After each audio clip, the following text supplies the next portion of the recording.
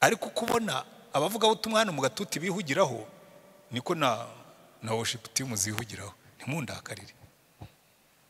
Wari wajya ahantu ukabona abantu barakora ibintu ukabona ko ubundi buriya barimo baragira bati, hari igihe mujya mukoma utururu nka kariya karuru barimo baravumbura amasha, baravumbura inkwavu cyangwa barimo bariyinka, ukumva nawe avugije induru nta n'ikintu cyari kirimo koko gikwiriye induru ngo umuntu avuge ati byari byashyushye, ahubwo arimo aragerageza kurema umuriro. Ubundi umuriro w'umwuka ntibawurema. Mumbabarire njye mbabwiza ukuri, umuriro w'umwuka urirema. Ntimuzagerageze kurema umuriro w'umwuka. Umuriro w'umwuka urizana, uzanwa n'umwuka. Kuba mwavugije akaruru mukiterera hejuru ntabwo ari bivuga ko umwuka yari yamanutse. Kariya ni akaruru k'umubiri. Murimo murabyumva? Ba Pawulo ngo bamukozagaho mushwari gusa, nta nubwo byasabaga kwajyayo. Bagafata mushwari bakayikoza kuri Pawulo bagataha, yayikoza ku murwayi amadayimoni akamuvamo. None twebwe umuntu araza hano akaza yambaye ingofero mwese mugahungabana. Ubwo ibyo mvuga bamwe barabizi abandi ntibazi ibyo mvuze. Nk'ubu giye maze imyaka 39 nkizwa, kandi muri iyo myaka 39 rwose nshobora nanjye kwitangira ubuhamya. Ntabwo nigeze nsubira inyuma. Hari n'ubwo abantu bakubwira ngo hari ahantu nageze ngo ndabwika ngo mba mpagazeho, njye sinigeze mpagarara. Ariko reka mbabwira ikintu kimwe mbona, ntabwo ndagera aho ngomba kugera. Uzi uko Imana ibigenza? Iguha akantu kamwe ugatera imbere, ikaguha kandi ugatera imbere. Wagera imbere ikakwereka kandi utarageraho ukongera ugatera imbere, ku buryo njye mpamya yuko nzarinda mpfa ntarageraho nshaka kugera. Cyane cyane iyo witegereza abakubanjirije. Umugabo yari yicaye imbere rwose, n'ubundi cyabyibuka ahantu yari yicaye ku gatebe nka hariya, nkabona ameze nk'urimo kuribwa n'intozi, kajya akomeza yinyagambura yikaraga gutya. Ageze aho aramanika, nkirimo kwigisha arambwira ngo hagarara nkubaze ikibazo. Ndahagarara. Ngo urambwira ko amaraso ya Yesu yezaho ibyaha byose? Ndamubwira nti niko Bibiliya ivuga, amaraso ya Yesu yezaho ibyaha byose. Ngo ya ni byose? Ni byose. Ngo noneho mpiyo mikrofone nihane. Umva, umugabo yaravuze. Iyo biba bitarabayeho sinatinyuka kubivuga mpagaze imbere y'abantu. Umugabo yaravuze, aravuga, yatura ibintu yakoze, arihana, avuga abantu yishe, avuga ibintu aho bagiye, aravuga. Ageze ngo ndaruhutse, ngo nibashaka bandase. Ni no mu itorero ryacu mwarimu niwe wari uyobora iteraniro, nyine niwe wari ufite ingoma. Murabizi ko mu nsengero zacu zimwe na zimwe aho dafite sente bavuza ingoma. Noneho rero ndavuga nti uyu munsi ndashaka kubigisha tugasenga mu kuzura umwuka. Ariko nari nabikoze mbizi kubera ko harimo abana buzuye umwuka hanyuma babambika agapfukamunwa. Ndavuga nti uyu munsi ndakabambura tu, ndabigisha ndanyira. Ndavuga nti twese tugiye kubumbura umunwa, ntushobora kuvuga mu ndi mutabumbuye umunwa, burya nibibaho. Ndavuga nti mubumbura umunwa dusenge. Barasenze zihita zisohoka.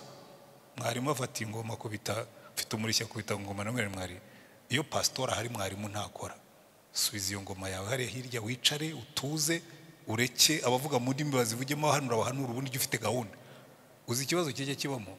Gufata umuntu utazi ibyo arimo ukamushinga kuyobora abandi.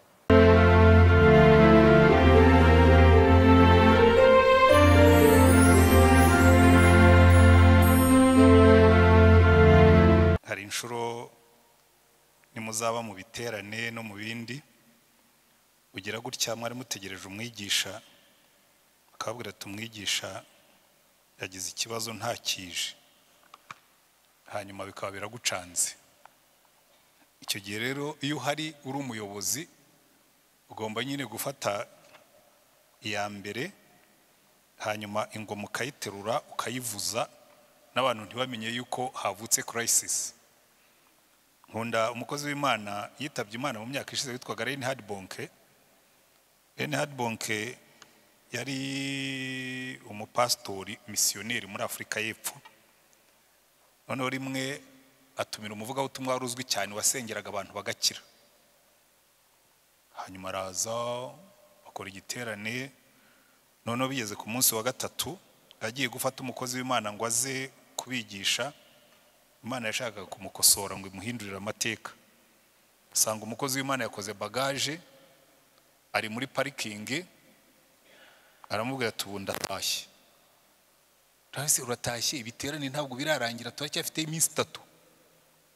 Aramubwira ati jewe nasenze Imana inambwira ngo taha. Aramubwira toya ntabwo ushobora kuntererana gutya ngo wigendere, igiterane kigeze hagati abantu bamaze kuryoherwa none uragiye. Aramubwira ati nakubwiye ngo Imana yambwiye ngo ntahe ndatashye, so genda nawe wazi Imana icyo ishaka gukora. Aragenda arabwira abantu ati rero ngubu I have bad news and good news. Ati mbafitiye amakuru mabi n'amakuru meza. The bad news is umukozi w'Imana yatashye. The good news is Imana iracyahari. Hanyuma ateka ingova, kora ibiterane guhera umunsi, ubwoba burashira, tangira gukora imirimo y'Imana mu mbaraga. Bazire ni Hadbonke yari umwe mu bantu Imana yakoreshaga cyane mu biterane n'ibindi. Rero buriya twagiye mu nama kuri diocese, I was supposed kuvayo saa 11, hanyuma haburamo abandi bantu ndihangana, hanyuma saa 11 mpagurukayo saa 12 nambuteyaje yo muri iyi minsi. Ubwo bisigaye n'amateka, mwakoze kwihangana. Amina. Ngira ngo murabizi ubushize twiga twari twageze ku bubyutse bwo mu isezerano rishya, ariko mbasezerana nyako uyu munsi turi urebe ububyutse bwavukiye mu Rwanda. Kuko buriya kenshi muri Bible study dukunze kwiga nyine kuko iba ari Bible study, ariko iyo wize ku bubyutse ugomba no kwiga ku bubyutse bwabaye n'ahandi. Kuko buriya hari igihe Apotre Gitwaza yigeze kuvuga amagambo abantu bayuriraho baramukritika, mwabwira ibyo murimo gukritika ibyo yavuze n'ukuri. Yaravuze ngo igitabo cy'ibyakozwe n'intumwa ngo kiracyandikwa. Abantu bati ibyo rwose ni ubuyobe n'iki. No, igitabo cy'ibyakozwe n'intumwa ntabwo cyafungiye kuri chapitre ya 28 ibyakozwe n'intumwa, kuko biriya kuriya no gutangira kwitorero. Ariko nyuma y'igice cya 28 kiri muri Bibiliya yacu, intumwa za Yesu zakomeje gukora, abigishwa ba Yesu bakomeje gukora, kandi mu ijuru ibitabo byaho byo byarakomeje birandikwa. Uzi impamvu mvuga gutyo? Nuko nimureba mu gitabo cy'ibyahishuwe mu gice cya 20 baratubwira ngo nuko ibitabo birabumburwa, ngo buri muntu wese ahembwa bakurikije ibyo yakoze.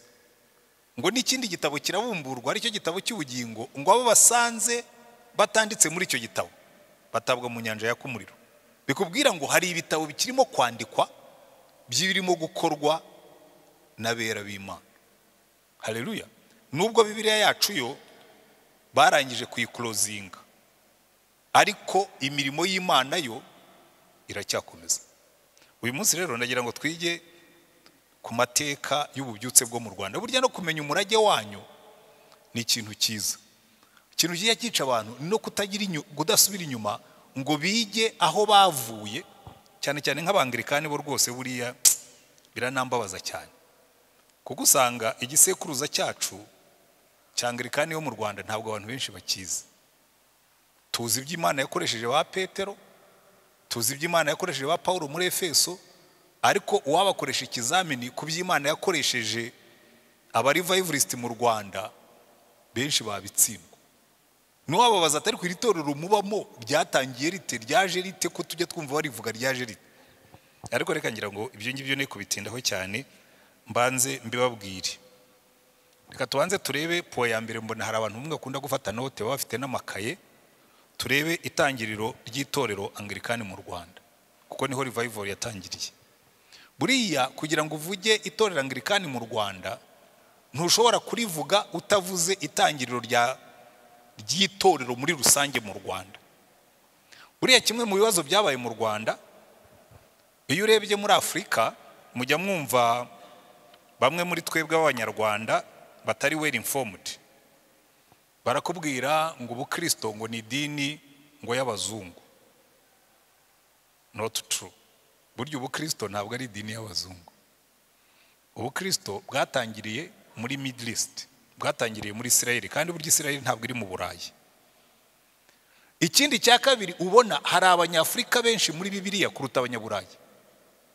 Uzi yuko buriya niyo usomye uhera ku kuvuka kwa Yesu, Yesu ahunga yahungiye muri Egiputa, muri Afurika. Kandi kirya gihe muri Egiputa abafarawo bari bahari ntabwo bari Abarabu. Abarabu bageze muri Egiputa muri 622. Ubundi hari hatuye abantu bafite uruhu rusa n'ururi abantu bo muri Ethiopia cyangwa abo hirya muri za Maroko. Ko buriya abantu benshi bivuga ko Maroko na za Libya buriya nka Gaddafi ntabwo yari umwarabu. Gaddafi ntabwo yari umwarabu, ariko abantu benshi bari bazi ko ari umwarabu. Bazi ko abantu basa kuri y'abayisilamu bari Abarabu, ntabwo yari umwarabu. Hari amatribu yo muri Afurika y'Amajyaruguru afite uruhu rwenda gusa n'urw'abazungu cyangwa nk'urw'Abarabu, ariko b'Abanyafurika, donc ba original bahari. Ariko reka ibyo ne kubitendamo na amateka. Buriya abantu benshi bagaragara muri Bibiliya, nk'iyo musomye mu gice cya 13 na mbere yawo, hari Abanyafurika benshi bagaragara muri Bibiliya kuruta Abanyaburayi. Mwari mubizi? Buriya na ba Mose, umugore wa Mose yari umunyafurika kazi, umugore wa Yosefu yari umunyafurika kazi. Hari Abanyafurika benshi muri lineage ya Bibiliya kuruta Abanyaburayi. Ariko icyo nera kubabwira si icyo ngicyo. Buriya Afurika murayizi uko iteye. Ubukristo bwageze mu majyaruguru ya Afurika mu kinyejana cya mbere, kuko na Yesu yahungiye muri Afurika. Mu bantu bafreminze theology ya gikristo abenshi ni Abanyafurika. Bariya mujya mubona bavuga ngo kwemera, ngo abateologiye benshi baformulate banditse kwemera kwa mbere, ba Atanaziyo bari Abanyafurika, n'abandi benshi. Reka ne kujya muri ibyo kuko nabyo byadukerereza. Afurika rero, Afurika iriya yo kuri kote, mbese hariya abari ku nyanja, ubukristo bwahageze kare, ariko mu Rwanda bwahageze butinze. Kuko abamisiyoneri ba mbere bashinze misiyoni ya mbere Isave hariya ubu ni muri Gisagara mu 1901. Mu yandi magambo mu ntangiro y'ikinyejana cya 20. Hanyuma baza gushinga izindi misiyoni, ariko mu buryo buri mu buhanga bwinshi. Bamaze gushinga Save, bashinga Zaza mu burasirazuba, bashinga Mibirizi mu burengerazuba, bashinga Rwaza mu majyaruguru. None izo ngizo bamaze kuzishinga zigenda zibyara izindi. Zaza ibyara Rwamagana, irazamuka ibyara Kiziguro n'izindi zose, ku buryo mbese byagiye kugeza mu 1920 gutyo Kiliziya Gatolika yaramaze gufata ibirindiro mu gihugu cyose. Irindi torero ryakurikiyeho, burya abantu batabizi neza, itorero ryakurikiyeho mu matorero y'Abaprotestani ni itorero ry'Abapresbiteriyani. Ariko icyo gihe ntabwo bitwaga Abapresbiteriyani, bitwaga Abaruteri, kuko Abaruteri bazanye n'Abadage bakolonije u Rwanda, ku buryo misiyoni yabo ya mbere bayishinze mu 1907 ahitwa Kirinda. Mujye mwumva Kirinda mu Bapresbiteriya. Kirinda niyo misiyoni yabo ya mbere 1907. Hanyuma 1909 bashinga Rubengera. Hanyuma 1912 bashinga Remera Rukomo. Ariko Abadage kubera ko icyo gihe bari bamaze gutsindwa intambara, eperi Abaruteri bahita bahagarara, kuko Abadage baratashye, imirimo yabo irahagarara, kugeza igihe haje abandi bavuye muri misiyo yo mu Bubiligi bakomeza imirimo ya eperi. Niyo mpamvu ubona buryo eperi ntabwo yakuze cyane. Itorero ryaje rikurikiyeho. Reka twigire kuri Anglikani, kuko buriya Anglikani yo yatangiye nayitinzeho gatoya, kuko mu 1920 muzumva amazina ya bamwe muri abo ngabo kuko baje kuba mu Rwanda, uwitwa Register Smith n'uwitwa Lenny Sharp. Muzumva bavuga Lenny Sharp, muzabumva cyane cyane nuko abantu abasaza n'abakecuru baza abo misiyoneri benshi bamaze gupfa, umwe ndetse bamuhambye uyu munsi. Abo bari bazi ba Sharp, bazi ba Stanley Smith, abangaba baje ari abasore bavuye muri university. Ubwo biratera umwete urubyiruko rurimo hano, bangaba bavuye muri universite ya Cambridge. Cambridge mu Bwongereza nimwe muri za universite za produce abamisiyoneri benshi, ko higeze kuba ububyutse mu 1860 naho ngaho, noneho muri za 900 na hakizwa abanyeshuri benshi bavamo abamisiyoneri. N'aba ngabo rero bashakaga kuzino bari baravuye muri iyo ngiyo, ndetse se wa RG Smith yari umwe mu bo bise Cambridge 7. Hari abamisiyoneri barindwi bakomeye bagiye muri Aziya. Abaziga teoloji wenda amateka y'itora bazabona aho bita the Cambridge 7. Se wa RG Smith yari muri abo ngabo bagambirira kuza mu Rwanda, ariko kubera ko mu Rwanda hari hafunze, mwumvise cyahafunze, u Rwanda rwabanje kuba koloni y'Ababiligi, yamini y'Abadage. Noneho Abadage batsinzwe intambara ya mbere y'isi, baduha Ababiligi ngo baturagire, icyo bita protectora, ariko batugira koloni yabo. Baza ari Abagatulika, basanga abamisiyoneri b'Abagatulika babongerera imbaraga, bafunga imipaka yose ku buryo abandi bose kwinjira byahise biba ikibazo. Noneho Abangilikani, abo basore ba Len Sharp na RG Smith baguma Kabare babundikiye, ariko bategereje igihe umupaka wo mu Rwanda uzafungurirwa.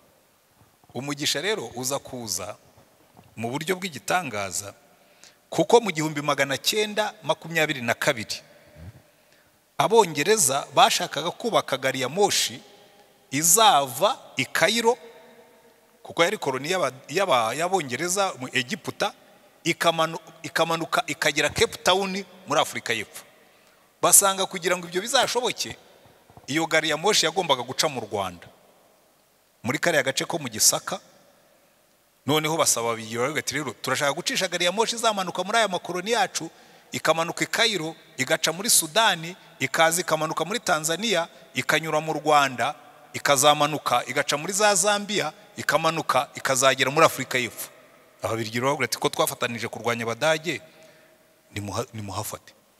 Igisaka bagiha Abongereza. Muzi ko buri Gisaka kigeze kuba muri koloni z'Abongereza, ariko igihe gitoya bagiha Abongereza. Hanyuma kariya gace kegereye Tanzania n'u Burundi gahinduka k'Abongereza muri icyo gihe. Noneho ba basore n'abamisiyoneri b'Abongereza baravuga ati okay, tubonye rero uburyo bwiza. 1922 buriya misiyoni ya mbere y'Abangilikani ntabwo yatangiriye Gahini, yatangiriye Rukira. Babaha misiyoni, bayishinga Rukira, bahashyira n'ishuri. Ishuri ryigishaga abana b'abatware, donc amashuri yasanzwe, bahashyira n'urusengero. Ariko ako kazi ntikatinze. Misiyoni ya Rukira ntabwo yigeze ikura. Kubera iki? Kubera ko Kiliziya Gatulika, iyo usomye ibitabo bya mission, Kiliziya Gatulika yarabarwanije. Ibintu bitatu byafunze neza aho hantu. Icya mbere nuko bigeje muri 23 Abongereza bisubiyeho, babwira Ababiligi bati nimusubirane ubutaka bwanyu, kuko gari ya moshi twendaga gushyira aha hantu, etude zagaragaje ko izaduhendera ubusa, twayiretse. Icya kabiri, ubwo Kiliziya Gatulika yabonye abo ngabo batangiye kuza kandi bazanye amashagaga menshi, yongera imbaraga zo kubarwanya. Bafata abarimu bakateshiste bari bashyizeho n'abandi barabakubita, ndetse n'udusengero tumwe na tumwe bari batangiye gushinga baradutwika. Buriya intambara z'amadini icyo gihe zari zikomeye cyane. Urumva icyo ngicyo mushobora kutakibona nk'imbarutso y'ububyutse, ariko iyo frustration, ako kababaro ko kubona wari utangiye gukora umurimo bakawuhagarika, byabyaye iki? Byabyaye gutera umwete abamisiyoneri b'Abongereza noneho gushaka uburyo binjira mu Rwanda. Aravuga none we are going to make a penetration, kandi tuze mu buryo noneho bwemewe bufite ingufu. Babigenza bate? 1925 bohereza umukapiteni wari umumisiyoneri. Mujya mwumva umugabo witwa Holmes, Geoffrey Holmes. Bamwe ababaye muri za Gahini mujya mwumva abasaza cyangwa n'abapastori bakera bavuga Geoffrey Holmes, bamwe bamwitaga Holmes. Geoffrey Holmes yari yarabaye kapiteni mu ngabo z'Abongereza. Bivuga ngo Ababiligi bamwibonagamo kuko bari barafatanije intambara yo kurwanya Abadage. Abari we batuma aramanuka aragenda, ajya gusaba uburenganzira kwa resident administrator w'Ababiligi Beziye yabaga i Bujumbura. Donc u Rwanda n'u Burundi bategekerwaga i Bujumbura, aragenda asaba uruhusa noneho rwo kwinjira officially. Ruvyo kapitene yaje yambaye inyenyeri, akabwira ati ndi missionnaire ariko nari kapitene nayoboye ingabo z'Abongereza. Baravuga ati umuntu wayoboye ingabo z'Abongereza ashobora kutugwa nabi nitumufata nabi. Bamuha autorisation, bashinga misiyoni i Gatsibo ni Gahini. Ariko Gahini bari iza kuba ari ikomera kuko ari yegereye Muhazi. Bashinga misiyoni Gahini 1925. Mukurikira ayo matariki 1925 buriya mugiye Gahini muzabona ko inzu zimwe zanditseho 1927. En fait ntabwo ariko mission yatangiye mu 1925, ariko icyo gihe 26 batangiye kubaka inzu z'abakozi n'ivuriro n'ishuri. 1926 deja bamaze kubatiza abantu 11 babatijwe mu mwaka wakurikiyeho. Hari bamwe abantu bazi ibintu by'Igahini muzumva nk'abakecuru, nuko abenshi bagiye gushyingura mwari kumva nk'abagemi mwari kubabwira. Hari umuntu witwa Elia Kanyamibari yabaye umuyobozi w'ishuri ry'Igahini ryo ryatangiremo revival, ari muri abo 11 babatijwe muri icyo gihe mu kwezi kwa gatandatu kwa 26. Hanyuma muri 27 haza undi muntu wabaye ki muri revival, umusore w'umudoktori witwaga John Church, ari we waje kumenyekana nka Joe Church. Muzumva abantu bo muvuga, ndaza kubihuza mu mwumva aho bihurira. Ubwo rero murumva ya ntambara na Kiliziya Gatolika yarakomeje, ariko noneho bashinze mission ifatika ifite na official documents. Hanyuma rero haza kuba ikindi kintu cya kabiri. Umurimo watangiye, babonye abigishwa batangiye kubatiza. Hanyuma bigeze muri za 28 muraza kubona aho za revival zose zisa. Abamisiyoneri batangira kuba frustrated, batangira kugira mbese ikibazo. Ndibuka mu rwandiko rumwe ndabibasomera hano kuko nabishyize muri note kugira ngo nyibone uko mbyigisha. Uwari secretary wa mission witwaga Jack Warren mu kwezi kwa kabiri kwa 28 yandikira amatorero yo mu Bwongereza yabohereje, arabwira ati mudusengere dufite ikibazo hano mu Rwanda. Ikibazo cya mbere dufite intambara na Kiliziya Gatolika, baratugora pe. Bijya by the way mwari muzi ko impamvu abantu kenshi batagira ububyutse aruko twadamaraye nta udutoteza. Ubu ngubu wadutoteza ngo urebe, twasenga amasengesho twajya dukesha tukiyiriza kuko twaba dufite ibibazo. Ariko bakristo ushaka kugira ngo basinzire, ushaka kugira ngo bagone, bateza umutekano. Ndibuka kera muri za 94 na 95 na 96 na 97 na 97 na 7 na 98 na 99 ndetse n'ibihumbi 2000. Icyo gihe twari dufite intambara y'abacengezi ikomeye, abantu bose bagira ubwo. Buriya Ruhengeri na Gisenyi uko zitwaga icyo gihe, ubu ngubu kari agace karimo Rubavu, karimo Nyabihu, karimo Musanze, ukazamuka ndetse na Burera n'igice cya Gicumbi na Gakenke na Rulindo. Hariya kuhanyura byabaga ari ubwihebe. Twarasenze. Burya abantu bafite ibibazo barasenga, iyo abantu babangamiwe barasenga. Ariko Satani nawe arabizi, agira bakavuga ati aba bantu ni mubareke batera imbere. Uzareba ibihugu byateye imbere gusenga rwose ntabyo bazi, nta nibyo bakora. Kandi natwe turi hano, reka mbahe challenge. Nimuzabona abagabo bafite PhD n'abandi bafite cadastre, n'abandi bafite cash, n'abandi mbese bazwi, bari nk'aba minister, nk'aba PS, nk'aba mayor, nutumira amasengesho ukabona izo kategori zaje gusenga, uzamenye ko something is happening. ntabwo ari kubabeshya kora abantu ahubwo batangira kuvuga rwose ngo ari abantu babuze icyo bakora mu mashakira imirimo basigara abanebwe. Ariko nkuko twabibonye bimwe muri pillars za revival habamo n'amasengesho ashyiditse. Iyo ibintu bimeze nabi haba revival. Ariko umurindi w'amasengesho twakoze muri iki gihugu twarasenze, ariko ubu ngubu twaradamaraye.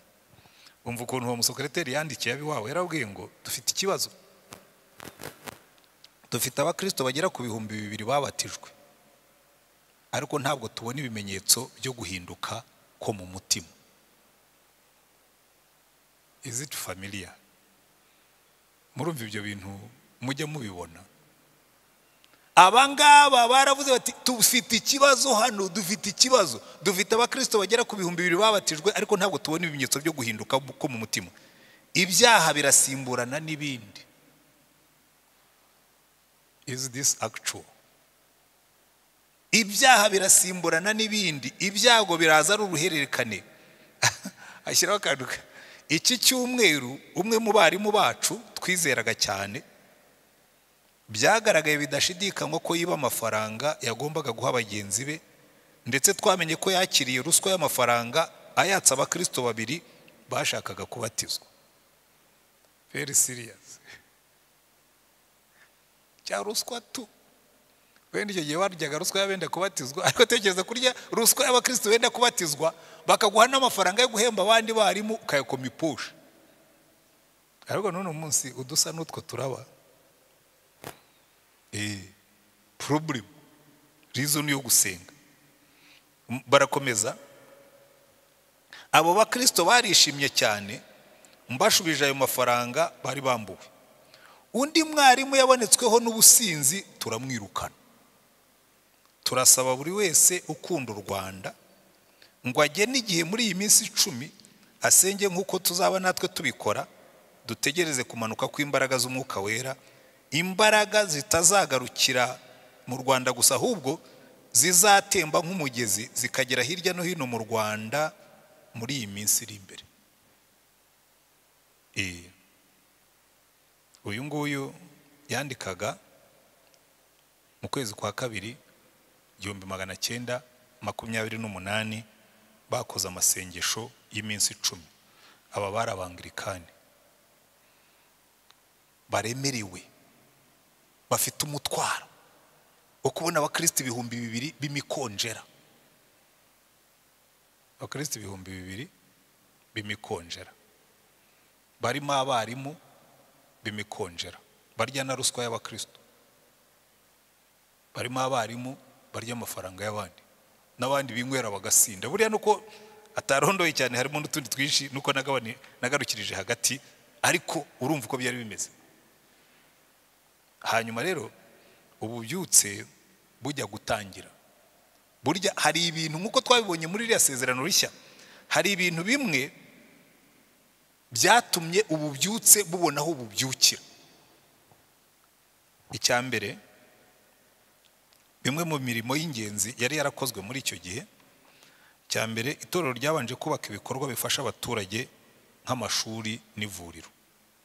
Buriya kugira infrastructure abantu bakabona, urabona nk'ani Remera. Hani Remera dufite amashuri afite abana bagera ku 3,000.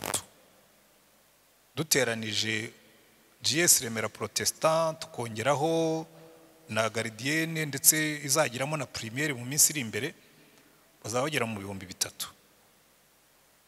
Ariko wongeraho na runo rusengero rurimo abakristo bagera hafi ku 2,000 iyo duteranye twese. Wongereho nano maduka dukikije azaba arimo abantu bahakorera n'abahagenda, nabo bashobora kugera ku 1,000 ku munsi. Aho ngaho haba hafite potential ya revival, haba hafite potential y'ububyutse. Kubera iki? Iyo mwujuje ibyangombwa, Imana nayo iraza ikubaka ibisigaye. Haleluya.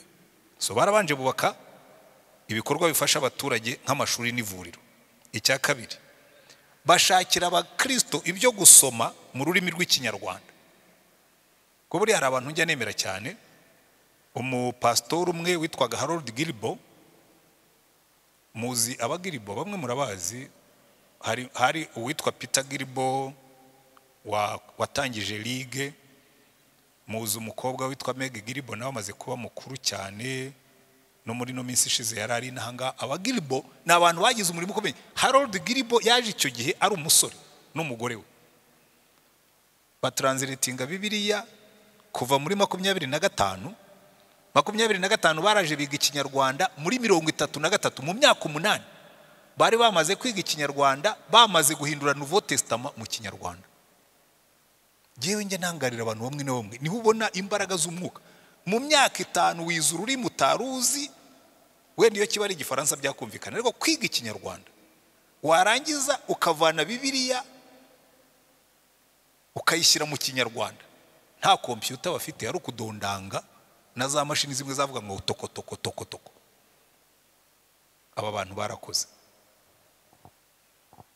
Arangije Semu Harold Gilbo ahindura mu kinyarwanda igitabo cy'indirimbo. Ziriya ndirimbo tujya turirimba zo gushimisha Imana, 100 muri zo zahinduwe mu kinyarwanda na Harold Gilbo. Niyo mpamvu muzumva inyinshi muri zo zifite melodi y'icyongereza. So bazikuraga muzo baririmbaga iwabo mu Bwongereza bakazishyira mu kinyarwanda. Niyo mpamvu zabona ziri cross melodi y'icyongereza bayishyize mu kinyarwanda. Nabyo ni ubuhanga bukomeye, gushobora guhuza melodi y'indirimbo ukayihuza n'ururimi rutari rwa kavukire. Cya gatatu kindi bari bakoze, Harold Gilbo urumva nyine yari umwangilikani. Kindi yakoze, yahinduye igitabo cy'amasengesho mu kinyarwanda, akicaraho agishyira mu kinyarwanda. Niyo mpamvu burya rimwe na rimwe iyo usomye kiriya gitabo cy'amasengesho dukoresha, iyo uzi ikinyarwanda neza urabyumva ko cyahinduwe n'umuntu wari urimo gushakisha. Cyane cya mbere baje kugikosoraho, ariko nacyo ntabwo kiratungana neza ngo kigire ikinyarwanda wumva kiri fluid, wumva harimo ibintu biremereye cyane. Ariko n'ubundi nabiko niko byari biteye. Hari abantu bazi igitabo cy'umugenzi. Igitabo cy'umugenzi kirya nacyo muri icyo gihe cyahinduwe na Harold Gilbo agishyira mu kinyarwanda. So uyu mugabo, abagabo barakoze bikomeye cyane. Icyaje kwiyongeraho rero kuri ibyo ngibyo, hamwe n'iyo nyota, hamwe no gusenga, umuntu umwe yaje kunagama agashashi, Efraimu. Uriya Joe Church yaje kugenda mu gihumbi, yarabyanditse mu gitabo cy'abakunda gusoma, muzagishake, ngira ngo iki cyo cyatangiye kongera kuboneka 1929. Uyu Dr. Joe Church yari amaze imyaka akora, habayeho inzara yaruzagayura, abantu benshi barapfuye, n'igahini habaye umurimo ukomeye cyane, kandi ni wari ushinzwe. Arananirwa neza, hanyuma bakuru be bamuha kujya muri konje, bamuha icyo bita sabatiko, agikampara. Yabyanditse muri icyo gitabo cye cyitwa Quest for the Highest. Yaranditse aravuga ngo nubwo nagiye naniwe mu mubiri, ariko nari naniwe kurutaho mu buryo bw'umwuka, kuko numvaga ntanejejwe n'ubukristo nari nsize aho dukora. Aragenda ageze Kampala, ahura n'undi muntu muzumva wavuzwe cyane muri revival witwaga Nsibambi. Bamwe mu bantu bazi leta ya Uganda, umuhungu we yabaye muri government ya Uganda. Simeon Nsibambi yari mu revivalist, benshi baramuzi wenda mu mateka ko ni revivalist utarambaraga inkweto. Yavuga ngo kwambara inkweto n'ubu ngo n'ubwibone, we ntabwo yambaraga inkweto. Nsibambi yarinze asize ata inkweto yarazikuyemo. Ariko ikintu cyanejeje, bakorana amasengesho, kuko yaragiye abwira Nsibambi, aravuga ati Nsibambi, I have a problem, mfite ikibazo. Iwacu mu Rwanda tuhafite ubukristo, ariko abakristo ni imikonjera. Uno munsi bivuza abantu bagutera amabuye, ni imikonjera. Abantu baranywa inzoga, abantu barabandwa, bakanasenga, ni imikonjera. Noneho ngo Nsibambi aramubwira ngo erega buriya ngo ni mwebwe mwishe ubutumwa, ngo mwatuzaniye ubutumwa bwiza, musiga umwuka wera inyuma, ngo ntabwo mwigeze mutwigisha ibanga ry'umwuka wera. Joe Church arabyandikira muri icyo gitabo cye cya Quest for the Highest, aravuga ngo twafashe icyumweru dufata Bibiliya dukora research ku mwuka wera, dusengera kuri ubwo bushakashatsi icyumweru cyose, ngo twarangije ngo hari ikintu cyakoretse muri twe. Ntabwo atubwira niba baravuze mu ndimi, ntabwo atubwira niba barahanuye, ariko aravuga ngo something happened muri ayo masengesho. Kandi koko yagarutse afite fire.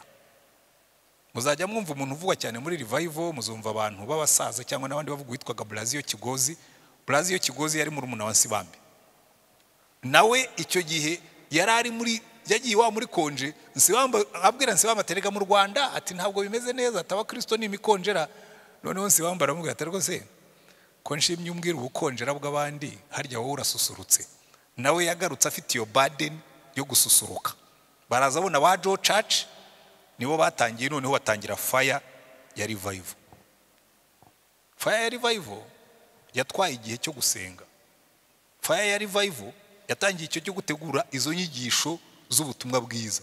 Kuko buriya revival iyo urebye mu bitabo by'abamisiyoneri batandukanye, kuko iyo bibwirwa n'abanyarwanda b'abakecuru nk'abo ngabo, buriya twebwe ikibazo tugira abanyarwanda ntitwandika. Abazungu icyo baturusha barandika. Ngiye nagiye muri center ya CMS mu Bwongereza naratangaye.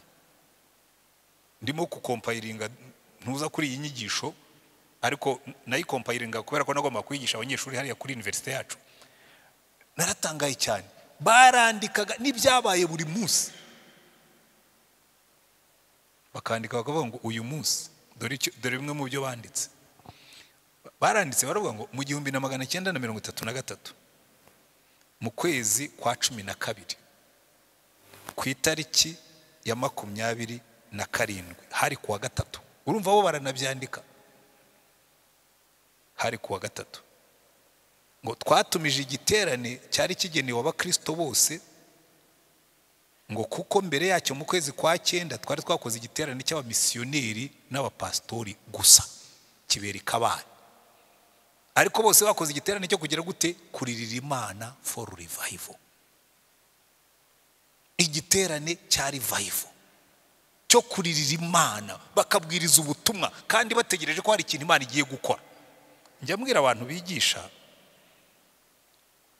ndanezerewe ko harimo na bamwe muri twebwe bajya bahagarara hano bakigisha ku cyumweru. Ndabona ba Mike, ndabona ba Jackie, ndabona ba Obedi, ndabona ba Pasi, ndabona ubwo n'abandi bashobora kuba barimo ntarimo guhita mbabona. Buriya ubundi uhagaze mu gatuti hano, you should expect something to happen. Wagombye kubwiriza utegereje ko hari ikintu Imana iri buze gukora. Wanategura n'inyigisho ukayitegura uvuga ngo iyi nyigisho ndayiteguye, ariko Mana hari ikintu ntegereje kubona gikoreka. Noneho abo bateguye igiterane cyavuye kuwa gatatu kigeza kuwa gatandatu ku itariki ya 50, gwagomba kuba yari nka 30. 30. Kuwa gatatu barateranye nothing. Ububyutse ntihagira ikiba. Igiterane gisanzwe. Kuwa kane se mubirirwa mu giterane hari igahine. Kuwa gatanu ariyo bigeze kuwa gatandatu, wa wundi Geoffrey Holmes nababwiraga arabwira ati ariko mureke twongereho undi munsi dukora amasengesho, dusoza igiterane tugisoreze mu masengesho. Muri ayo masengesho rero niho spark, niho ikibatsi, icyo igishashe cya revival cyatangiriye. Nkurikije ibya missioneri banditse bahurizaho icyo gihe muri ayo masengesho, umuntu umwe ngo yahagurutse yatura ibyaha yari yarakoze. Bati giye ndihana, ngo amaze kwatura ibyaha yari yakoze, ngo amera nk'ugomoro y'amazi. Niko byanditse muri icyo gitabo, ngo amera nk'ugomoro y'amazi y'umugezi wari umaze igihe kirekire ushaka guturika. Abantu barihana, kandi ibi ngibi koko ibyo avuga nanjye nigeze kubibona. Twigeze kumara igihe buriya gereza ya 1930 yari yarananiranye.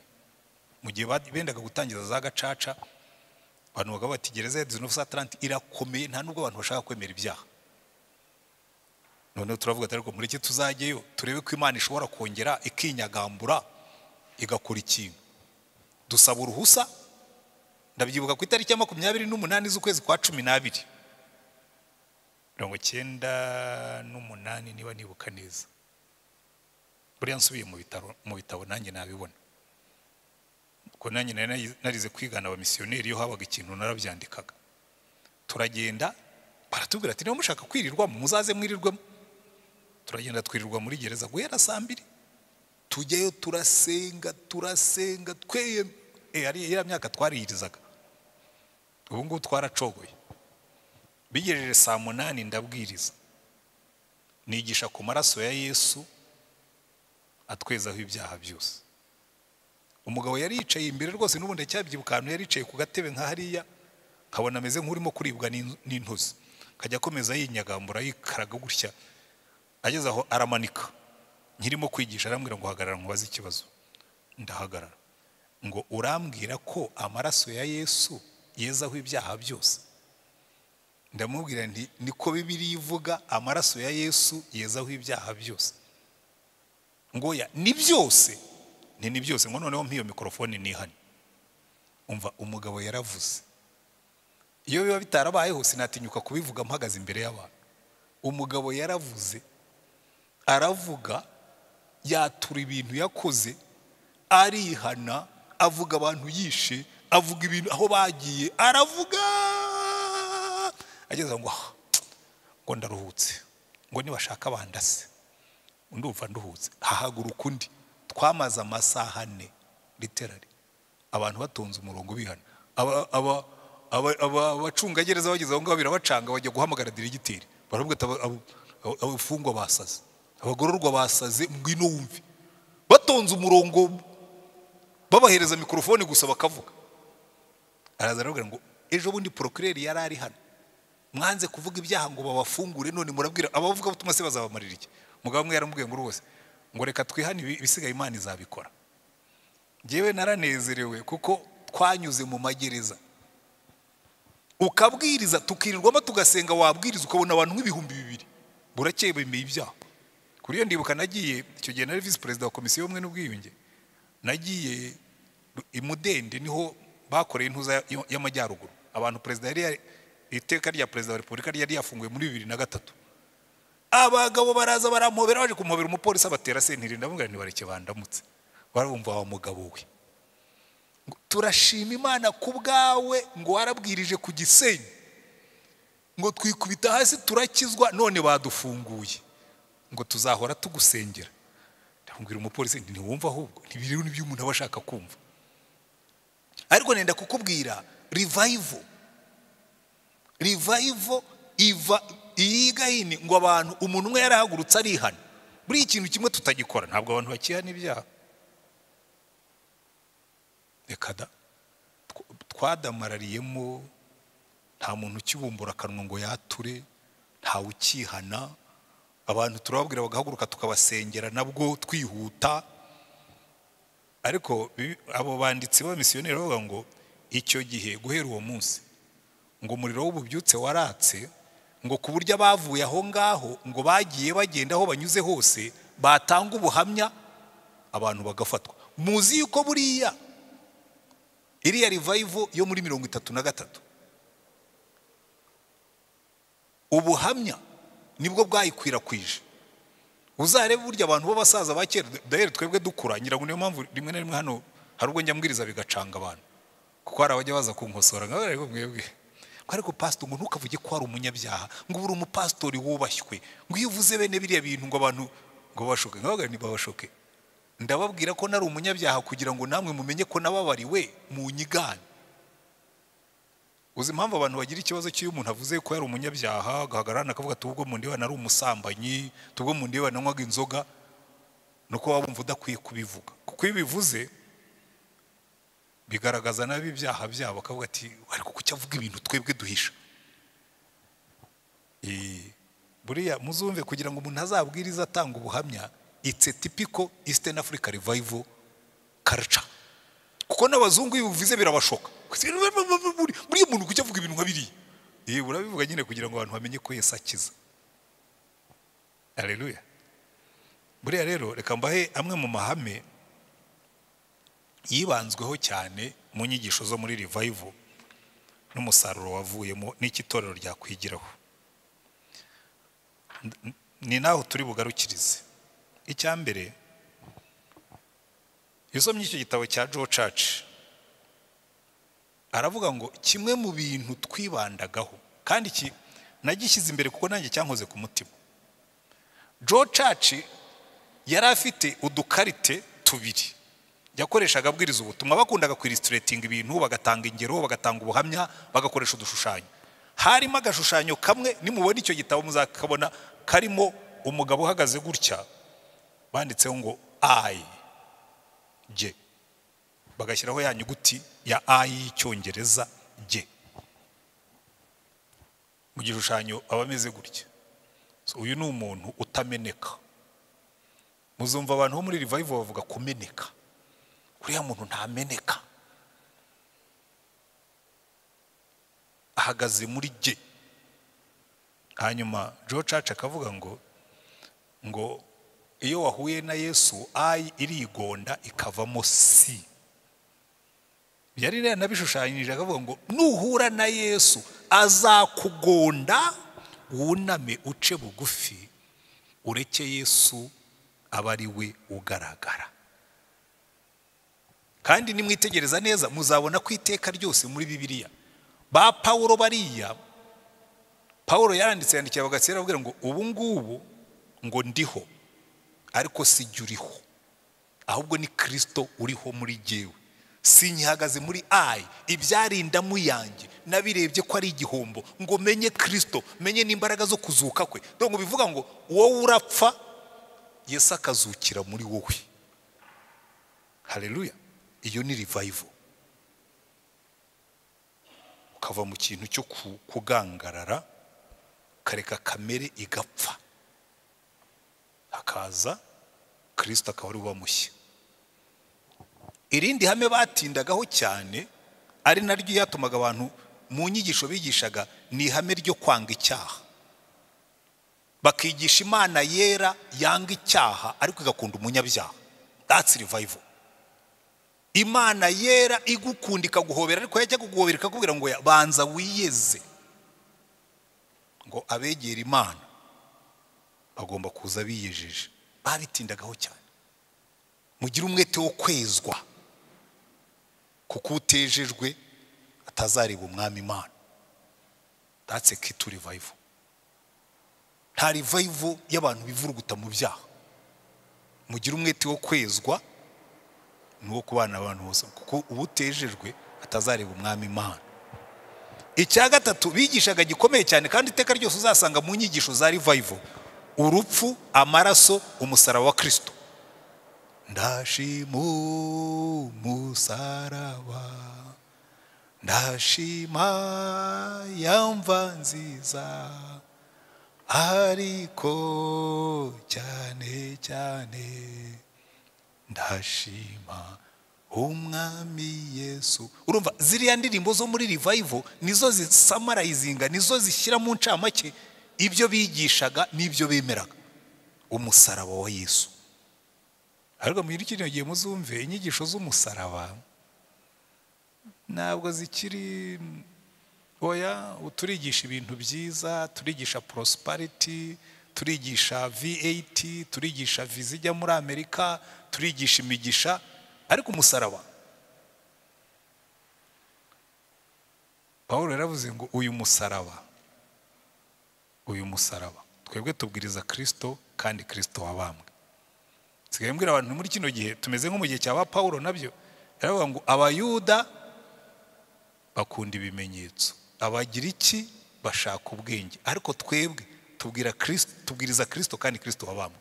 Nicyo babwirizaga, the way of the cross. Hari n'uwanditse igitabo cyitwa gutyo witwa Roy Hession, nawe yari umumisiyoneri muri icyo gihe cya revival. So icyo gihe rero barakubwira ngo kwihana niyo nzira yonyine yo kuba revived, ukiyunga n'Imana ukava mu byaha. None muri kino gihe abantu bigaragura mu byaha, wamubaza tore kurakizwa ati ndasenga, wavuye mu byaha ati nse oya. Barihanaga. Indi nyigisho yari ikomeye muri kiriya gihe nkuko nababwiye ku byo Church yanditse, umwuka wera. umwuka wera buriya ntabwo abantu bazi yuko umwuka wera nubwo batatindaga cyane kuri ibyo bintu byo kuvuga mu ndimi no guhanura, ariko nka Joe Church arabyandika avuga ati aho twajyaga hose twakoze igiterane twigishaga ku maraso ya Yesu, tukigisha ku kwihana, ariko ntihaburagamo inyigisho y'umwuka wera. Ariko muzumve izi nyigisho zose ndimo kuvuga zisigaye ari rare mu itorero, ntabwo zikiboneka inyigisho z'umwuka wera. Icyo si ikindi. Hanyuma irindi hame ryavuye ryo tubona mu byo bakoze, muzagende mubaze n'abantu b'igahini bari bafite ahantu babyukiraga bakajya gusenga mu gitondo. Ikintu cyitwa gusenga nk'urufunguzo rw'ububyutse. Itorero risenga niryo riba revived. Bo bari barabisobanukiwe, kandi impamvu nabigishije ibi bintu ndimo ndagerageza kubasubiza muri roots, kubasubiza mu mizi yacu, kubasubiza aho dukomoka. Hari amagambo aba muri Yesaya ndaza kuyasoma nsoza. Igikurikiyeho cyaranze iriya revival ni ikintu cyitwa ubusabane, urukundo no gufatanya. Bariya abantu barakundanaga, barakundiranaga, bagasurana, ujya wumva abasaza benshi muri kino gihe barabivuga ariko ngo abarokore buno munsi ngo ntabwo ari nk'abo muri revival. Gukundana, gusabana, bakagendana team. Ujya mwumva bavuga ngo kugenda team. Uzi ko abantu bagendaga bakagenda bakarara ahantu batazi. Nari ndimo kwandika amateka y'iyi paruwasi, noneho it's very interesting. Umupastori washinze iyi paruwasi ya Remera uwitwa Daniel Gashego yaje aturutse iriya za Gahini, araza ashinga paruwasi ya Bumbogo hariya hejuru. Noneho batangiye guharura uyu muhanda, abwira uwitwaga Isake ni se wabitwa ba Murigande Rishari n'abitwa ba Kayizari, bamwe barabazi. We yari umucamanza wo mu rukiko rw'umwami. Aza rero ajya Bumbogo, Isake we yari umukatolike, niwe wamucumbikiye. Noneho wamucumbikiye padiri ajya kumutera amahame aravuga ati wacumbikiye umuporoso. Unamwe ati senya ko wa padiri ugiye noneho kujya umbuza gucumbikira bene wacu. Ati kandi kugira ngo nkwerekeye yuko ibyo ngibyo tutazabigendera mu ndanahinduye ngiye iwabo. Yabaye umwe mu ati yo dini yawe imbuza gukunda bene wacu nyivuyemo. Yibera umuporoso, ari mu bantu bafashije kubona iki kibanza. Kuko yaramuga ati nshakira ikibanza aho ngaho i Remera. Baraza iki kibanza na dosiye yacyo, urwandiko buriya abamisiyoneri bazi kubika. Ubu bamwe muri mwebwe urako mwebwe muracyari n'urubyiruko abenshi, hari abo ushobora kubaza ibipapuro by'ibibanza byabo baguze ugasanga ntibaza aho biherereye. Impapuro z'iki kibanza twagiye muri archive kuri diocese dusanga zirahari muri 46 bakigura, kinapimye kinakase n'umushefu wagitanze, kuko ministeri yaritangiye kuvuga ngo twasatiriye umuhanda hariya haruguru. Dutwaye icyangombwa cyo mu kungoma y'umwami baravuga ati kabisa abaporoso tubakuriye ingofero ntabwo musanzwe. Cyaguzwe amafaranga 1000.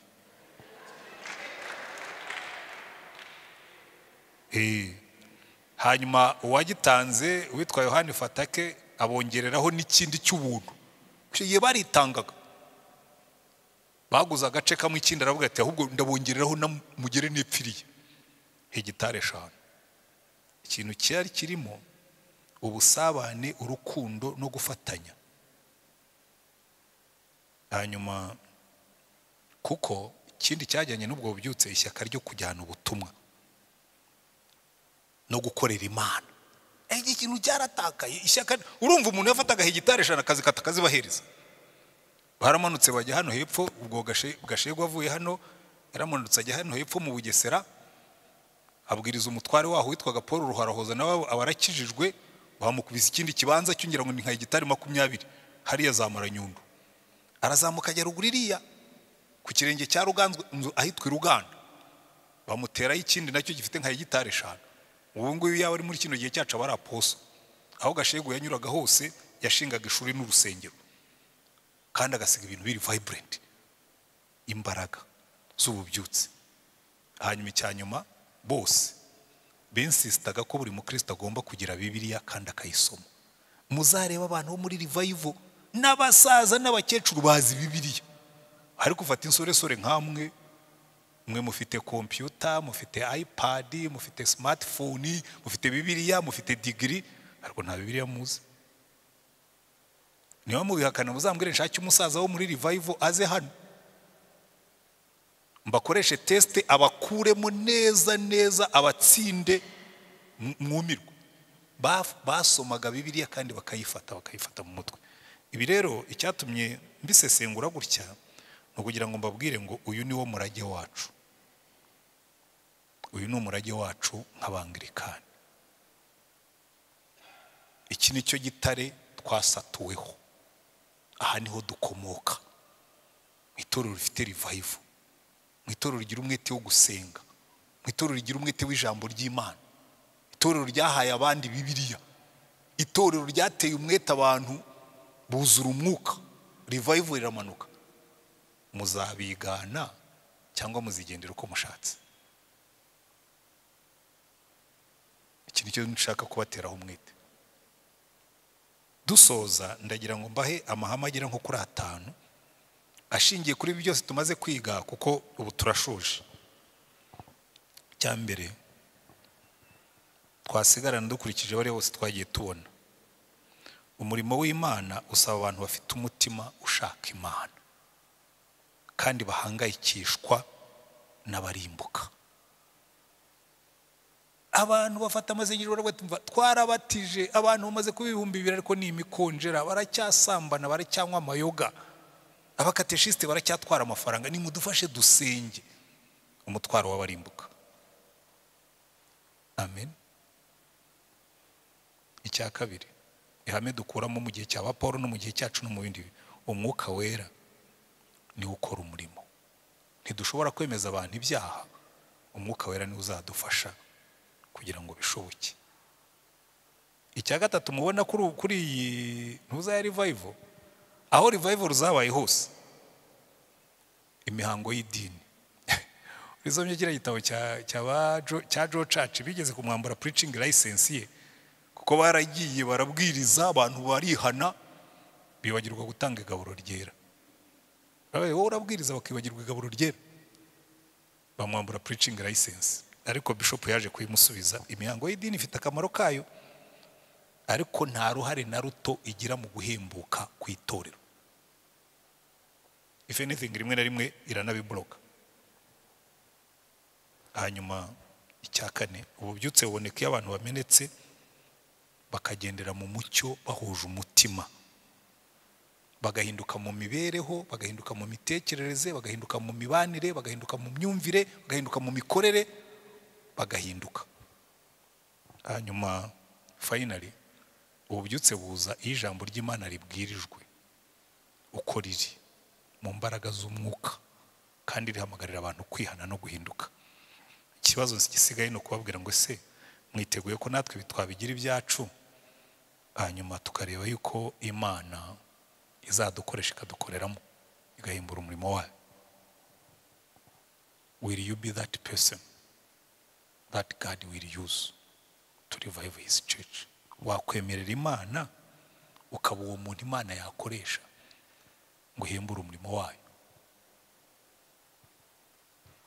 Turaza gusenga nyuma, ariko kubera ko natangiye ntinze, reka nemerera umuntu umwe cyangwa babiri bari bubaza ikibazo kugira ngo uyu munsi ntataha ari yewe wihariye, hanyuma dusenge dusoze dutahe.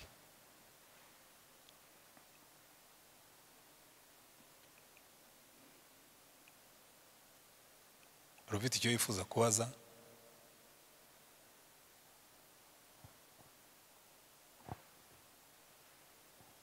Menya mwifuza gutaha kuruta uko mwifuza kubaza ibibazo,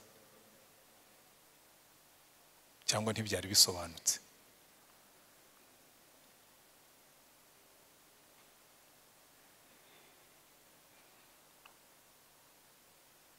Satisfied? Ndabona hariya hirya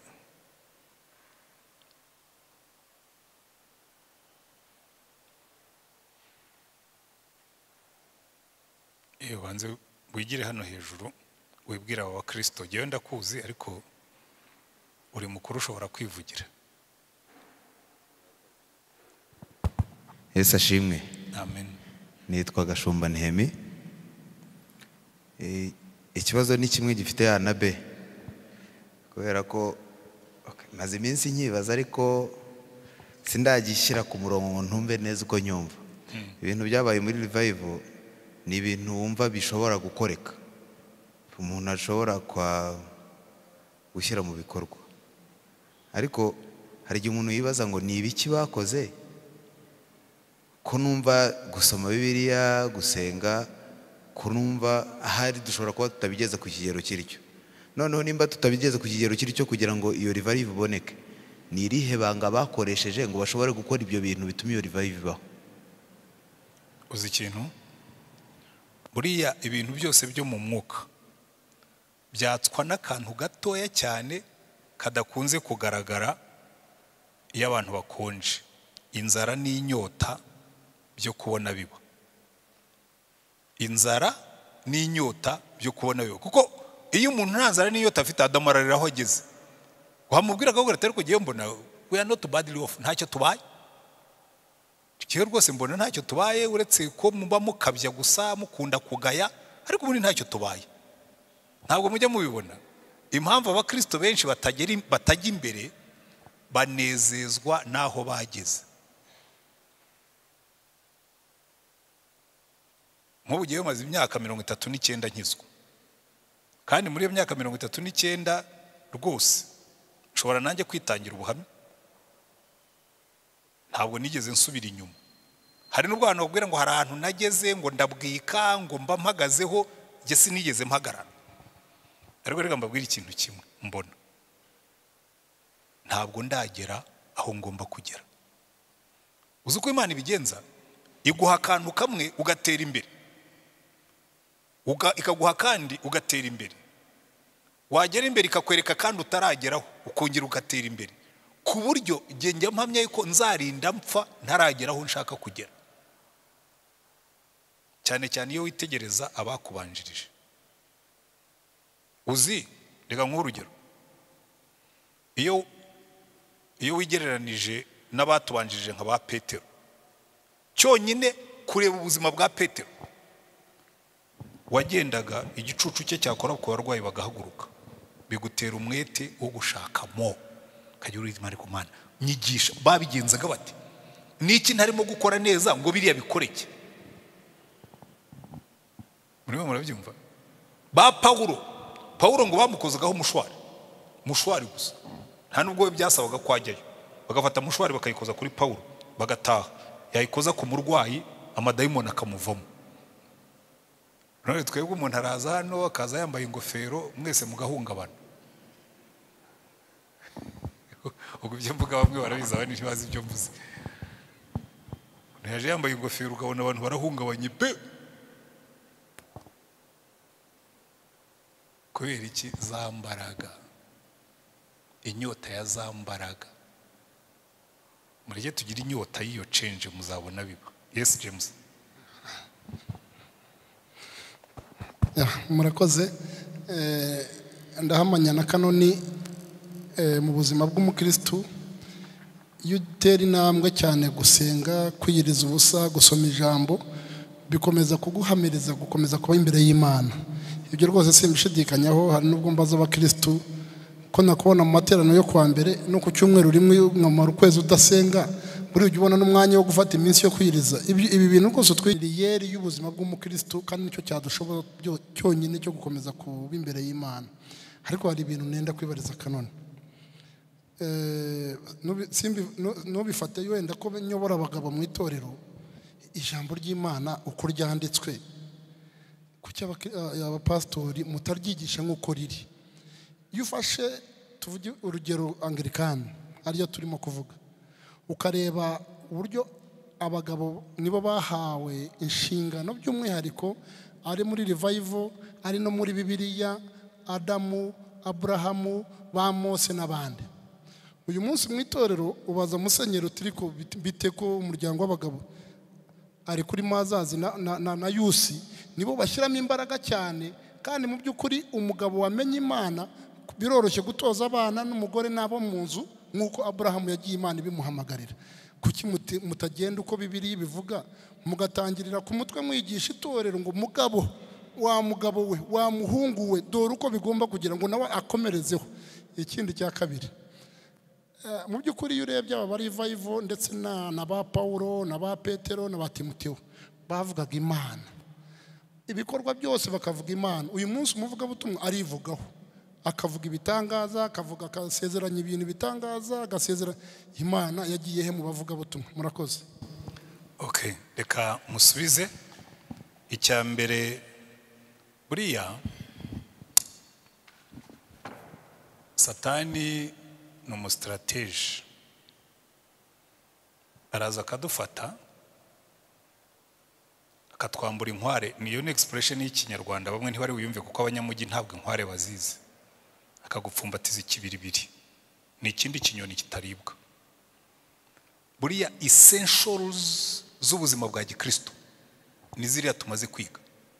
Gufata Imana ikajya at the center, ugaca bugufi, ukihana ibyaha, ukameneka, ukuzura umwuka, ukavuga Yesu, ukagira inzara n'inyota by'umurimo w'Imana.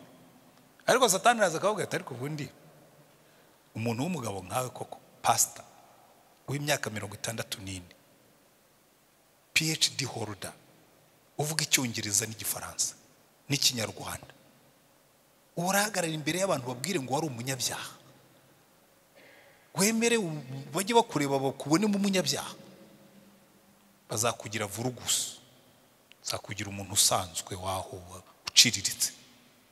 Noneho aho kugira ngo ngonde mve muri ai, ahubwo nkarushaho kuyibyimbya. Uko noneho nagira Imana nabwiriza hano muri Kajeke, abantu bafashwa ai kabyimba. Nagira Imana nkakandagira hano Remera, noneho ikarushaho kuba ndende. Ikizava murakizi, end of it nzatangira kuvuga who I am. Icyo ngicyo ni umutego ukomeye cyane kandi ukonjesha itorero, kuko Yesu yaravuze ngo ninererezwa ngashyirwa hejuru nzireherezaho abantu bose. Iyi itorero ryaretse kuvuga Yesu, it's a recipe, ni umuti w'ubukonje, kuko Yesu n'umwuka nibo basusurutsa itorero. Yesu abaha ubuzima, umwuka akabaha umuriro. Nubona itorero ryavuye mu mwuka, ni nk'imodoka ifite amapine yavuye mu mwuka, riraswata bakarisunika. Tugende bagabo, yego bagabo, musunike bagabo, yego bagabo, mushyiremo imbaraga bagabo, ukabona ntirivaho riri. Kubera iki? Nta mbaraga, nta mwuka. Ufite Yesu aba afite ubugingo, utamufite nta bugingo afite. None se itorero niba turigaburira bitari Yesu, uritegerejeho iki koko? Ni iki rero kibitera? Bo abapastori bamwe hari nubwo njya nicara nk'abana ko sinabarenganya. Ese umuntu yaraje, njya mbibaza abapastori bagenda nk'abana ko bariya barimo mutoranya mushingira kuki? Umwarimu kagenda, nigeze kujya ahantu nagiye kwigishayo, ni no mu itorero ryacu. Mwarimu niwe wari uyobora iteraniro, nyine niwe wari ufite ingoma. Murabizi ko mu nsengero zacu zimwe na zimwe aho dafite sente bavuza ingoma. Noneho rero ndavuga nti uyu munsi ndashaka kubigisha tugasenga mu kuzura umwuka. Ariko nari nabikoze mbizi kubera ko harimo abana buzuye umwuka hanyuma babambika agapfukamunwa. Ndavuga nti uyu munsi ndakabambura tu, ndabigisha ndanye. Ndavuga nti twese tugiye kubumbura umunwa, ntushobora kuvuga mu ndi mutabumbuye umunwa, burya nibibaho. Ndavuga nti mubumbura umunwa dusenge. Barasenze zihita zisohoka. Mwarimu afata ingoma kubita, mfite umurishya kubita ingoma. Namwe mwari, iyo pastor ahari mwarimu ntakora, subiza iyo ngoma yawe hariya hirya, wicare utuze, ureke abavuga mu ndimi bazivugemo, hano urabahanura, ubundi ufite gahunda. Uzi ikibazo kijye kibamo gufata umuntu utazi ibyo arimo ukamushinga kuyobora abandi, kandi ibyo byagiye bibaho, n'ubu biracyabaho. Byo ndizera ko wenda bizagenda bikosoreka, ariko ikibazo nuko iyo bikosoretse nabwo buriya ibintu by'Imana tuva muri extreme imwe tukagwa mu yindi, tuva muri extreme yo kutamenya tukavuka muri extreme yo kumenya cyane, ugasanga ngewe ndi PhD holder akakubwira ati jewe umuntu ufite doctora urenda kumbwira ko nzaza nkigaragura hano imigoroba hamwe n'abantu b'abaturage n'abandi mu PhD holder, ugasanga amasengesho yaragabanutse kuko twize kuzura umwuka byo rwose tujya tubijyamo n'impaka cyane cyane hagati yacu ba dogiteri, kwereka ngo bire ibintu ngo by'umwuka ngo by'indimi ngo birakenewe ngo bira n'ibintu. Umuntu wowe urinde koko ngushidikanye iby'Imana yavuze. Ibipapuro baduhaye nabyo biratwica, donc ni ikibazo kiri impande zombi. Bamwe uko tuzamuka tuzamura ubwirasi, abandi bakaguma mu bujiji. Ukuri kuri hagati. Jackie urende kubaza, bazi icyo tugisorezeho. Murakoze cyane. Watubwiye yuko icyateye ububyutse Gahini ari uko abantu barangagwa no kwatura ibyaha, bagasaba imbabazi, akemera ko ari umunyabyaha. None muri iki gihe turaza tugahagarara hano tukigisha abantu, tukababwira ngo wumva ashaka kwakira umwami Yesu nk'umukiza we amanike ikiganza bikagarukira aho ngaho. Ese abo bantu iyo tutabahaye platform ngo baze hano bashobore kumeneka imbere y'Imana, bature mu ruhame kugira ngo wenda bibarinde kongera gusubira inyuma, nanone bakomezanya bya bintu. Ese nko gufasha abakristo baremera kugira ngo dutere ikirenge mu cy'abatubanjirize, nihe nama watugira? Icyo ni ikibazo iyo mba mfite umuti wacyo muba mwarawunyoye ku bwinshi. Uri ikibazo cyo mu mujyi cyo muri kino gihe tugezemo ni ikibazo cyitwa kurambirwa. Uhaye umuntu umwe, deja njye mbibona ushobora guha umuntu umwe hano ukavuga ati mu bantu mwumva rwose mwatsinzwe uzi uduho buhamye, ukabona abantu bamwe bakubwirishije ibirenge, ukabona umukobwa afashe isakoshi ayikubise ku rutugu ati cyo uwo akaba aragiye, ukabona abagabo barebye ku masaha abandi bagize gute, ku buryo buriya scaring bitera ubwo. Sinzi umva kuzabiroderesa, ntabwo nzi ukuntu tuzabikora nanjye rwose iyo mba afite umuti ntawe utanga, ariko njya nizera nkavuga ngo wazashaka strategy yo gukora suivi y'abihannye, nibura umuntu akabaha chance y'ahantu bicara bakatanga ubuhamya, wenda bitabangamiye abandi bagomba gusubira mu mirimo, kuko nabyo tugomba kubyubaha, ariko ni ibintu bikwiriye kuzashakirwa umwanya, kuko noneho twabonye infrastructure ihagije, abantu bashobora kuva hano bakajya hejuru nk'uko hamwe na hamwe babikora. Abantu bashobora gukora za cards bakaziha abantu bamanitse, bakababwira ati ejo muzaze bakabashyira muri cercle ya discipleship. So ni ibintu bikeneye ko tuzabyiga, ariko ubu ndabibabwira kugira ngo mubyumve ko ari ibintu bikenewe. Rero revival, reka mbasigiriye uyu mwitozo wo gutekereza ngo ariko mureke nibura tugira inyota yayo. Korali niba worship team ije hano kuririmba, bavuge ngo mva Yesu tugirire neza, we are going to lift you high, tugiye kukuvuga tugushyire hejuru, nawe utwemerere usuka umwuka. Uyu munsi tubona abantu bari mu kwihana, ariko kubona abavuga ubutumwa hano mu gatuti bihugiraho, niko na worship team zihugiraho. Ntimundakarire.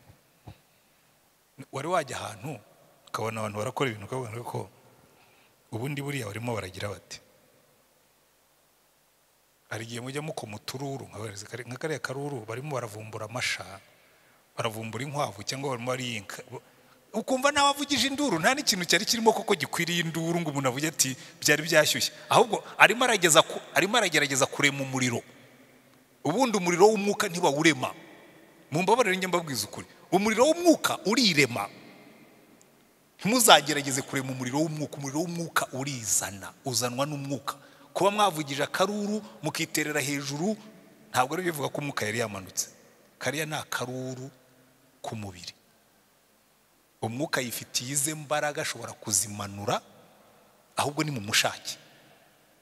muzangirire neza aba preachers duhagarara hano, mungirire neza amakora arahagarara hano akaririmba, tuve muri I tujye muri C, tuvuge ngo mva Yesu tubabarire abari ugaragara. Kandi reka mbabwire, niba mbabeshye nanjye jewe ibyo mvuga ndabizi. Iyo uhagaze hano muri I, nawe muri wowe ubyumva. Wari wahagarara ukavuga ngo ngiye kwimpressinga abantu, ubyiyumvamo. Iyo wihugiyeho urabimenya ko wihugiyeho. Romarike, njye mbibwira abantu nkababwira ni romarike iruta izindi nahawe mu gatuti kuva natangira kubwiriza, niyo yo kwihugiraho. Reka baho ubuhamya hanyuma dusoze.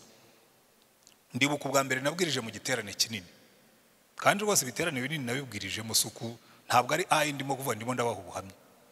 Nabibwirijemo biri loko, biri international, narabwirije ku mastade, narabwirije mu masare, narabwirije mu nsengero nini. Ariko ikintu kimwe gikomeye kibaho, ubwa mbere mbwiriza ndabyibuka nari mfite imyaka 27, nibwo nabwirije igiterane kinini cyari kirimo abanyeshuri bavuye Kongo n'abavuye Burundi n'abavuye mu Rwanda, buzuye muri sale. Ndabwiriza kabisa, mbona imbaraga z'umwuka zirimo abantu barimo baranyeganyega. Hari igihe ubwiriza ukabona iteraniro ryashyushye ryanyeganyeze, abantu ukajya bahaguruka bakaguha encouragement kandi utayisabye. Aba nkumva inyuma yanjye ijwi rivuga ngo ikabodi. Ikabodi ko atari ndimo kwigishaho kuki, hacaho iminota nkumva ikabodi. Noneho nsubiye mu cyumba mfata Bibiliya yanjye aho ikabodi iri narahibukaga, ariko nari nkiri muto mu by'agakiza, hari amagambo nari ntarafata mu mutwe ngo menye icyo avuga. Sanganitsemo ngo ikabodi ivuga ngo nta cyubahiro cy'Uwiteka kikiri hano. Imana irambwira ngo nuzongera gukora biriya bintu, ugahagarara ukumva uri somebody, ugahagarara ukumva wanyeganyeje iteraniro, nzandika ikabodi kuri ministry yawe. Ngiye buriya nkora umurimo w'Imana mpinda umushitsi. Kandi ntimugire ngo ubwo nahise nkira. N'inshuro nyinshi hari nubwo nigeze kubwira Imana, ndabibara Imana, ndi muri AE nenda kuvayo, natwaye umushyitsi ndamuzengurutsa, duca Rwamagana tureba center twubatse, tujya hano hirya no hino nyine mwereka. Hanyuma mvuye numva nicaye ngiye gusenga Imana, namubwira ngo ariko ngo buriya byari ngombwa kubereka biriya byose, ngo cyangwa ngo wagira ngo ubereke yuko utari failure. Bwira Imana Imana, umuntu yaba ate successful ntabe proud of it. Imana namubwira ngo nzajya mbikwibutsa kugeza igihe uzumva yuko it's not about you, ngo biriya byose si wowe, ngo ndashobora kubikoresha n'abandi. Kandi byaragaragaye, nayoboye AEE igihe kiragera nyivamo, wansimbuye irakomeza iraguruka. Rero ushobora kwicara ukavuga ngo ubu ngubwo mureba, Paulo yabivuga neza ngo ngewe nashyizeho fondasiyo abandi bubakaho. Kandi urumva iyo wubatse fondasiyo y'inzu n'uwaje agaterekaho izi nkuta, abantu barebye uwashyizeho inkuta bagira ngo niwe wakoze cyane, ariko n'uwa fondasiyo byari bikenewe kugira ngo bikunde. Imana ikagukosora. Abakiri bato ibyo mu byitondere. If God is going to use you, check your heart, ujye ukontorora umutima wawe, kuko iyo ayi yatangiye kubyimba, Yesu aravuga ngo mugabanye umwuka uriya muntu ataza kuvaho aturika. Turacyamukeneye adapfa akiri muto. Muzi impamvu abantu benshi burya uzareba abantu benshi barazamuka bagera somewhere, nyuma y'imyaka 10 ukababura. Mwarabibonye? Buriya ni witegereza uzabona abantu bazamutse bagera ahantu wakongera kubashaka ukababura. Burya Imana bayakuye mu mwuka, kavuga ngo ya ubwo ageze hariya nako nidukomeza kumupompera azagira aho aturike. Mugabanye kabona umuntu neza yaswasekere ko pari cyangwa yanasubiye inyuma waramubuze. Muzabare mu Rwanda abakozi b'Imana bisazira bakiri mu mbaraga ni bake. Mwari mwabibona? Muzafata abavuga butumwa twagize abazasaza bakigaragara, bagikorera Imana. Ni iki kitwica? Imana ikavuga ngo okay, ubwo utangiye kwamamaza this is the end of you. Niryo herezo ryawe. Abari muri ministry rero mbwira abavugabutumwa ba Obede, ba Pasi, ba Mike, ba Jackie, bande n'abandi bose barimo gukurikirira kure, uri muri uyu murimo nari mutoya none ndashaje. Hari ikintu kimwe nababwira, mureke Yesu ashyirwe hejuru, nibwo muzakomeza, kuko buriya iyo ushyize Yesu hejuru ugashyira umusaraba wa Yesu hejuru ugeraho ukakuzamura. Ntureba uriya musaraba umanitse, iyo ushyize hejuru nawe ugeraho ukakuzamura. Ariko iyo watangiye kufasha hasi ugaterura ibindi uramanuka. Reka dusenge Imana dusoze. Mwakoze cyane. Ariko reka tubanze dusengere ibyo tumaze kwiga, kandi munyemerere muhaguruke dufatanye isengesho rya dedication.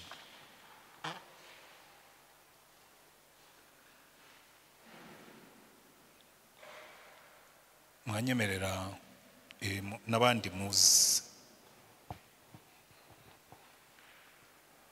Worship team, ubwo muwe muhagaze tubanze dusengere inyigisho tumaze kwiga. Dushoje inyigisho zacu z'ububyutse, ariko next Monday izaba ari Monday of testimonies, uwa mbere w'inyigisho, kuko niko tugiye kujya dukora Bible study. Tuzajya tuzisoza tugire n'umwanya wo kureviewinga, tugahana ubuhamya bw'inzozi twakuye mu nyigisho nk'iyi, bw'ibyo twumvise Imana itubwira, by'ibyemezo twafashe. Uko mwazitinye. Reka dufatanye isengesho nk'abashoje izi nyigisho. Ndavuga namwe musubiremo kugira ngo ribe ryacu twese. Mwami Imana, utere mu mutima wanjye inyota yo kubona itorero ryawe rihembuka, kandi ubwo uzatoranya abo uzakoresha kugira ngo ibyo bishoboke, nanjye ntunsige. Nshyize ubuzima bwanjye ku gicaniro cyawe, suka umuriro w'umwuka wawe wera kuri jye, maze aho nyuze hose ubwoko bwawe bususuruke, kandi buhumurirwe na Kristo uri muri jye. Urakoze Mwami Yesu, ubikore, ubisohoze, wiheshe icyubahiro, mbe umugisha ku bandi. Amen. Kadusenge. Ndagushimye Mwami wacu Yesu Kristo, ntabwo izi nyigisho twazize ari impanuka. Turabizi hari imigambi ufite y'ibyo ushaka gukora muri iki gihugu ndetse no muri iri torero. Turasenze nk'uko tumaze gusenga ngo ubwo dushyize ubuzima bwacu ku gicaniro cyawe, nawe umanura umuriro w'umwuka, igicaniro gihore cyaka muri iri torero, igicaniro gihore cyaka mu mitima yacu, igicaniro gihore cyaka mu ngo zacu, kandi umuriro uzavamo uzakwire mu baturanyi, uzakwire mu bo dukorana, uzakwire mu bo tugendana, uzakwire aho tugenda hose. Uko wabikoze cya gihe Mana, abari bavuye igahina aho banyuze hose ububyutse bukaza. Ongera ubikore, ongera unyeganyeze isi, ongera uhindure ibintu, imbaraga zawe zimanuke, ubutware bwawe n'ibitangaza byawe twongere tubibone. Uhabwe icyubahiro, ubwoko bwawe duhabwe umugisha kandi tuwuhesha abandi, mu izina rya Mwami wacu Yesu Kristo. Amen.